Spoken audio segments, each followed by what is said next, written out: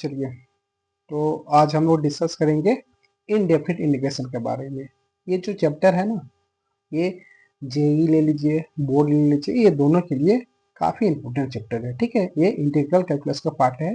Integral calculus में दो part पढ़ते हैं, एक क्या है, एक इनडेफिनिट होता है और एक डेफिनिट होता है। तो आज हम लोग इनडेफिनिट डिस्कस कर रहे हैं, फिर जब ये खत्म हो जाएगा तो उसके आगे हम लोग क्या करें, डेफिनिट डिस्कस करेंगे। ठीक है, तो सबसे पहले हम लोग ये जान लेते हैं कि इस चैप्टर में हम लोग को पढ़ना क्या क्या है। ठीक है, पढ़ना मतलब सबसे क्या क्या पढ़ेंगे हम लोग इस चैप्टर में, वो पहले देख लेते हैं। तो सबसे पहले एक ब्रीफ इंट्रोडक्शन करेंगे इसका। हर टॉपिक, जितने भी इस टॉपिक, हर टॉपिक पे क्वेश्चन करेंगे हम लोग। जैसे इंट्रोडक्शन करेंगे, इस पे भी बहुत सारे क्वेश्चन बनते हैं। ठीक है, जेई का, बोर्ड का, ठीक, वो सारी चीज करेंगे इसमें। फिर एक सम स्टैंडर्ड फार्मूला पढ़ेंगे, फिर इंटीग्रेशन बाय सब्स्टिट्यूशन पढ़ेंगे, फिर इंटीग्रेशन बाय पार्शियल फ्रैक्शन पढ़ेंगे, फिर इंटीग्रेशन बाय पार्ट पढ़ेंगे, फिर सम स्पेशल इंटीग्रेशन पढ़ेंगे, फिर रिडक्शन फार्मूला पढ़ेंगे, फिर एग्जाम पैटर्न क्वेश्चन करेंगे। ठीक है, बहुत सारे इसके एग्जाम पैटर्न क्वेश्चन आते हैं, वो सारे क्वेश्चन करेंगे। ठीक है, तो चलिए शुरू करते हैं हम लोग इंट्रोडक्शन से। इंट्रोडक्शन में क्या है हम लोग का, कि ये इंट्रोडक्शन में ये बता रहा है कि integration is a basically inverse process of the differentiation. Integral of a function is also called its anti derivative and primitive. इसका मतलब क्या हुआ, इसका मतलब बहुत सिंपल सी है। इसका मतलब ये बता रहा है, पहले ये जान लेते हैं कि इंटीग्रेशन का नोटेशन कैसा होता है, लिखते कैसे हैं। तो इसको हम लोग ऐसा लिखते हैं, ऐसा, ये इंटीग्रेशन का नोटेशन हुआ। ठीक है, एक किसी एक के वेरिएबल के रेस्पेक्ट में होता है, मान लें एक्स के रेस्पेक्ट में करते हैं, तो इसको dx यहाँ पे लिखेंगे। अब कोई भी कर्व का इंटीग्रेशन होता है, मतलब कोई फंक्शन का इंटीग्रेशन होता है, लेट्स से यहाँ पे f ऑफ x, ये क्या हो गया, आपका इंटीग्रेशन का नोटेशन हो गया। अब इसका वैल्यू, इसका कुछ इसका जो आउटपुट आएगा वो भी क्या होगा, एक एक्स में ही आएगा। ठीक है, तो क्या होगा, एक एक्स में फंक्शन होगा, लेट्स से वो फंक्शन क्या है, जी मान लेते हैं, और साथ में एक कांस्टेंट सी ऐड करते हैं। ये जो कांस्टेंट सी है, इसको आर्बिट्रियरी कांस्टेंट बोला जाता है, इसको क्या बोलते हैं, आर्बिट्रियरी कांस्टेंट बोला जाता है। ठीक है, मतलब ये इसलिए ऐड किया जाता है ताकि ये जो सॉल्यूशन आता है ना इसका, इस फंक्शन का इंटीग्रेशन जो आ रहा है, वो क्या होता है, एक फैमिली ऑफ कर्व का डिनोट करता है। एक क्या आता है, ये फैमिली ऑफ कर्व को डिनोट करता है। सी के वैल्यू अलग अलग चेंज करते जाएंगे तो ये अलग अलग कर्व में चला जाएगा।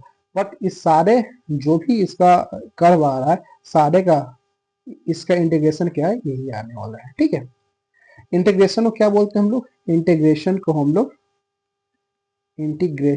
लोग क्या बोलते हैं, एंटी डेरिवेटिव बोलते हैं, एंटी डेरिवेटिव बोलते हैं, एंटी डेरिवेटिव। इसका मतलब क्या हुआ, कि ये क्या है, डेरिवेटिव का रिवर्स प्रोसेस है। रिवर्स प्रोसेस कैसे हुआ, उसको समझते हैं। जो आपका कोई फंक्शन है, let's say F of x है, इसका इंटीग्रेशन ये है। अगर आप इस सारे को पर डिफ्रेंशिएट करेंगे तो क्या होगा, ये हमेशा फिर से यही फंक्शन मिलेगा। आपको डिफ्रेंशिएशन आता होगा। ठीक है, तो ये क्या है, जी एक्स प्लस सी, तो इसका डिफ्रेंशिएशन मतलब क्या है, d by d x g x. तो इसका जो डिफरेंशिएशन, सी का डिफरेंशिएशन क्या होगा, हमेशा जीरो ही होगा। तो क्या होगा, ये एफ ऑफ एक्स का बराबर हो जाएगा। ये बहुत इंपॉर्टेंट है, ये बहुत, इससे इस कंसेप्ट को जान करके बहुत आप अच्छे अच्छे जेई के आप पीवाईक्यू कर सकते हैं। अभी हम करवाएंगे भी क्वेश्चन, एक क्वेश्चन करवाएंगे इस पे, तो आप बहुत अच्छे इसके पीवाईक्यू कर सकते हैं। मतलब इसका मतलब क्या हुआ, इसका मतलब बहुत सिंपल, बहुत ही सिंपल है। बहुत सिंपल क्या है, कि ये कहना जा रहा है कि मान लो एक फंक्शन, लेट से क्या, एक फंक्शन है cos x, इसका कुछ ना कुछ इंटीग्रेशन होगा। तो कैसे बता सकते हैं, लेट से मान लेते हैं वो इसका फॉर्मूला नहीं पता है, तो कैसे बताएंगे कि इसका इंटीग्रेशन क्या होगा, कुछ फंक्शन आएगा, वो फंक्शन क्या होगा। तो हम लोग को यहाँ पे ये ध्यान रख सकते हैं, कोई एक ऐसा फंक्शन यहाँ पे होगा ताकि उसका डिफ्रेंशिएट करने पे क्या आ जाए, cos x आ जाए। तो आपको डिफ्रेंशिएशन का फॉर्मूला याद होगा कि कौन सा एक ऐसा फंक्शन होता था जिसका डिफ्रेंशिएट करने पे cos आता था, साइन है, तो क्या आ गया, साइन एक्स। अब प्लस में सी लगा देना यहाँ पे, तो इसका क्या हो गया, इसका जो इंटीग्रेशन होगा ये आएगा हमारा। ठीक है, ऐसे बहुत सारे फंक्शन होते हैं। जैसे कि आपको बोला जाए कि आप बताइए कि मान लेते हैं कि आपको बताया जाए कि मान लीजिए आप बताइए sec square x d x.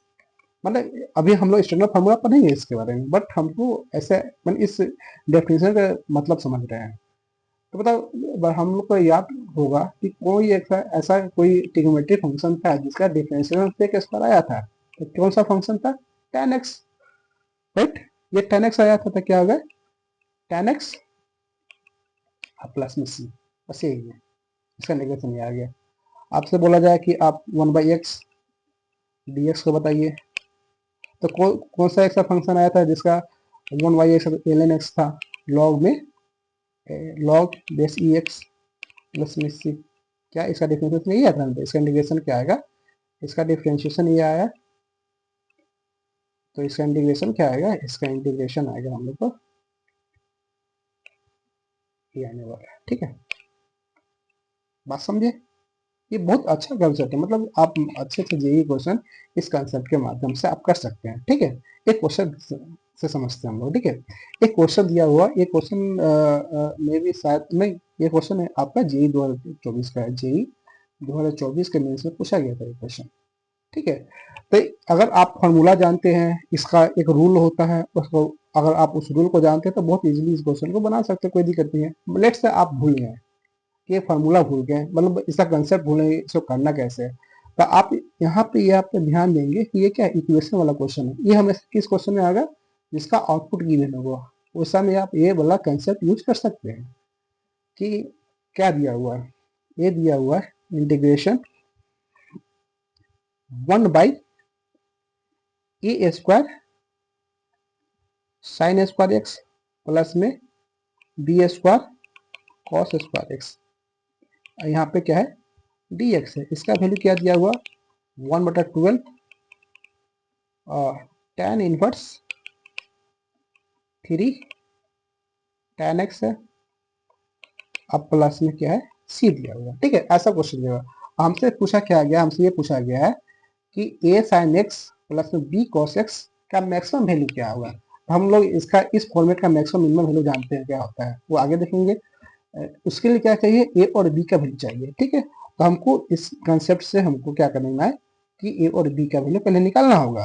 But अगर हम स्टैंडर्ड फॉर्मेट जानते हैं इसका कैसे सॉल्व होता तो इजीली हम a और b का वैल्यू निकालते हैं। बट मान लेते हैं हमको नहीं पता, तो कैसे करेंगे? इक्वेशन वाला क्वेश्चन है, हमेशा इक्वेशन वाला क्वेश्चन में कुछ आप ऐसा अप्लाई कर सकते हैं, ठीक है। अब हम लोग यह जानते हैं कि ये जो फंक्शन है ना, ये ये जो दिया हुआ, इसका डिफरेंशिएशन क्या आने वाला है? यही तो आने वाला है, यही तो है एंटी डेरिवेटिव, ठीक है। तो इसका डेरिवेटिव कर लेते हैं। तो इसका डेरिवेटिव क्या होगा? आपको डिफरेंशिएशन आना चाहिए। इसका डेरिवेटिव क्या होगा? ये तो कांस्टेंट है, इसका डेरिवेटिव करते हैं, ठीक है। इसका डेरिवेटिव क्या होगा? 1/12 को तो बाहर कर दिया, कांस्टेंट है। अब tan इनवर्स मतलब क्या है? ऐसा कर दे, d/dx tan inverse 3 tan x equal to 1/a² sine square x plus में b² cos स्क्वायर एक्स, बस ये आने वाला है। जो इसका जो डेरिवेटिव होगा ना, इसका जो डेरिवेटिव होगा ये इसके बराबर आने वाला है। अब इसका डेरिवेटिव निकालते हैं, कंपेयर करके ए और बी का वैल्यू निकाल के फिर इसका वैल्यू निकाल लेंगे, ठीक है। तो समझते हैं इसका वैल्यू कहते हैं। तो सबसे पहले डिफरेंशिएशन क्या था बताओ? 1/12 हम लोग को बाहर था, 1/12 बाहर था। उसके बाद क्या था बताइए? tan इनवर्स का डेरिवेटिव क्या होता है? 1/, मतलब tan इनवर्स का डेरिवेटिव क्या होता है? डी, तो पता होगा कि d/dx tan इनवर्स x का डेरिवेटिव क्या होता है? ये 1/1 प्लस x² होता है, ठीक है। तो हमको निकालना है, यहाँ पे x के बराबर क्या है? x के बराबर 3 tan x है, तो क्या होगा? 3 tan x²। तो क्या होगा हम लोग का? ये हो गया हम लोग का, हाँ, इंटू में क्या होगा? 1 बटा क्या है? 1 प्लस में 3 tan x², तो 3 tan x का स्क्वायर क्या होगा? 3 tan x का स्क्वायर इक्वल टू क्या है? 1/, सॉरी, पहले तो आपको ये भी करना पड़ेगा, यहाँ पे चैन रूल लगाना पड़ेगा। पहले हम इसको लिख लेते हैं यहाँ पे, ताकि आप लोग कंफ्यूजन ना हो, ठीक है। तो क्या 1/12 है tan इनवर्स है इसको, ठीक है, ठीक है, ठीक है। पहले इसको हम यहाँ पे लिख लेते हैं, 1/12 है और d/dx है, tan इनवर्स है 3 tan x है इक्वल टू 1 बट्टा a square sine square x plus में बी स्क्वायर, यही है ना, ए स्क्वायर साइन एक्स, ठीक है, प्लस में b square cos square x. ये क्या दिया हुआ हम लोग का, b square cos square x, ये दिया हुआ। अब इसका डेरिवेटिव है 1/12 तो बाहर ही रहेगा, ये तो जाहिर सी बात है, इनटू। अब बताइए कि tan इनवर्स का डेरिवेटिव क्या था, जहां अगर यहाँ पे x था तो 1/1 प्लस एक्स स्क्वायर आया था, तो क्या आएगा 1/1 प्लस एक्स स्क्वायर, पर ये है तो 3 का स्क्वायर 9 आ गया, tan का स्क्वायर tan स्क्वायर एक्स। अब इसमें चैन रूल अप्लाई होगा, तो चैन रूल में इसके अंदर वाला फंक्शन को भी हम लोग को डेरिवेटिव करना पड़ेगा, तो क्या होगा 3 इंटू में क्या tan का क्या होता है sec square x, sec square equal to क्या आ गया 1 बट्टा a square sine square x plus में b square cos square x. आप यहाँ पे देखिए 3 से 4 एक कट जाएगा, 4 से क्या आ गया 1/4 आ गया बाहर में, ठीक है। अब यहाँ पे क्या बचता है हम लोग का, अब इसको ना इधर तो साइन कॉस में है ना, तो क्या करते हैं इसको भी साइन कॉस में लिखा जाता है, ठीक है, साइन कॉस में लिखा जाता है, तो क्या होगा 1 बटा सेक को क्या लिख सकते हैं cos square x divide by, इसको क्या लिख सकते हैं 1 प्लस 9 इंटू में tan को क्या लिख सकते हैं sign square x divide by cos square x, ठीक है। ये ऐसा है, 4 बाहर है हम लोग का, इक्वल टू क्या है 1 बटा a square sine square x plus में b square cos square x. अब इसको एलसीएम लेते हैं, तो एलसीएम लेने पे क्या 1/4 तो बाहर ही है, ठीक है। एलसीएम लेते हैं क्या होगा कॉस ऊपर चला जाएगा, कॉस ऊपर चला जाएगा, पहले यहाँ पे लिख लेते हैं, नीचे क्या बच जाएगा हम लोग का कॉस स्क्वायर एक्स प्लस में 9 साइन स्क्वायर एक्स।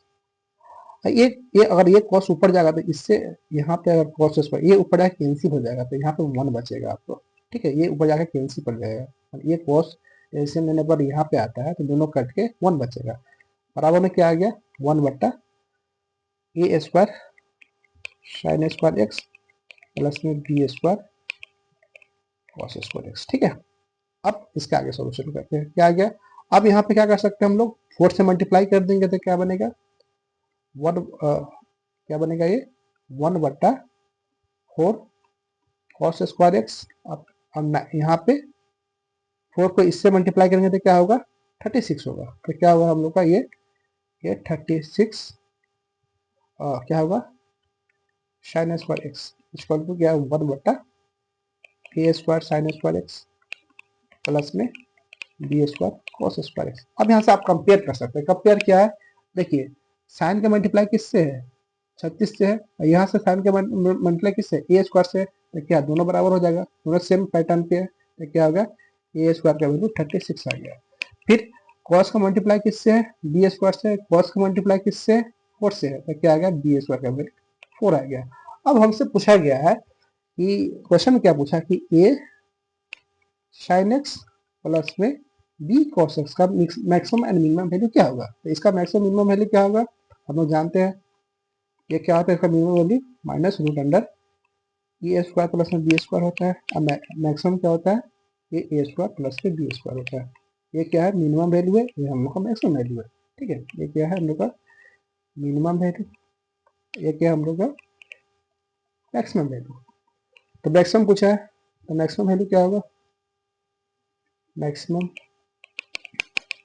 क्या होगा root under a square plus में बी स्क्वायर। तो ए स्क्वायर का वैल्यू कितना है, क्या है ए स्क्वायर प्लस में बी स्क्वायर, तो ए स्क्वायर का वैल्यू कितना है हम लोग का 36 है, बी स्क्वायर वैल्यू 4 है, तो क्या आ गया 36 प्लस में 4 क्या आ गया,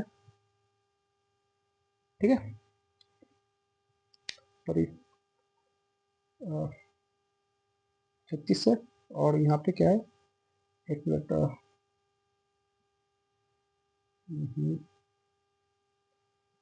आ गया, ऐसे ही है ना उनका,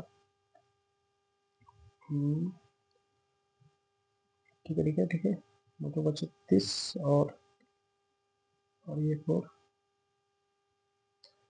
क्वेश्चन क्या था, क्वेश्चन ठीक है ठीक है ठीक है ठीक है ठीक है ठीक है ठीक है ठीक है चलो ठीक है। तो क्या आ गया हम लोग का ये यहाँ पे इसका वैल्यू मैक्सिमम वैल्यू कितना आ गया, इसका मैक्सिमम वैल्यू आ गया हम लोग का ये 40, 36 साल कितना होता है 40 होता है। तो यही आपका आंसर है। तो क्या आ गया हम लोग का कुछ ठीक है चलिए ठीक है तो किसका गुड 40 आ गया इसमें। तो क्या होगा हम लोग का ये गुड 40 आंसर हो जाएगा इसका, राइट। ये आपका गुड 40 आंसर होगा। तो ऐसे हम लोग बहुत सारा क्वेश्चन, मतलब इस पैटर्न पे मान लेते हैं कि आपका एशियन फॉरवर्ड नहीं पता है तो आप इस पैटर्न से इस क्वेश्चन को कर सकते हैं, इसमें कोई दिक्कत पड़ी बात नहीं, ठीक है, राइट। चलिए तो इस पैटर्न से आप इस क्वेश्चन को बना सकते हैं, कोई दिक्कत। चलिए ठीक है, मतलब मैक्सिमम क्या है ए स्क्वायर अपना सब बी स्क्वायर, ए स्क्वायर का वैल्यू ये आया था, बी स्क्वायर का वैल्यू ये आया था, दोनों पुट कर दिए तो रूट 40 आ गया। इससे आप आंसर निकाल सकते हैं। ये क्या है हम लोग का एक जेई में से क्वेश्चन हम लोग के यहाँ पे जो कि बहुत इस पैटर्न से हम लोग कर सकते हैं, ठीक है। अब नेक्स्ट है हम हिस्टोग्राम फार्मूला पढ़ना है, बहुत सारे चीज पढ़ना है, इससे बहुत सारे क्वेश्चन करना है, तो इसको अगले दिन हम लोग करते हैं, ठीक है, नेक्स्ट टाइम करते हैं। अभी के लिए इतना ही, थैंक यू, ओके।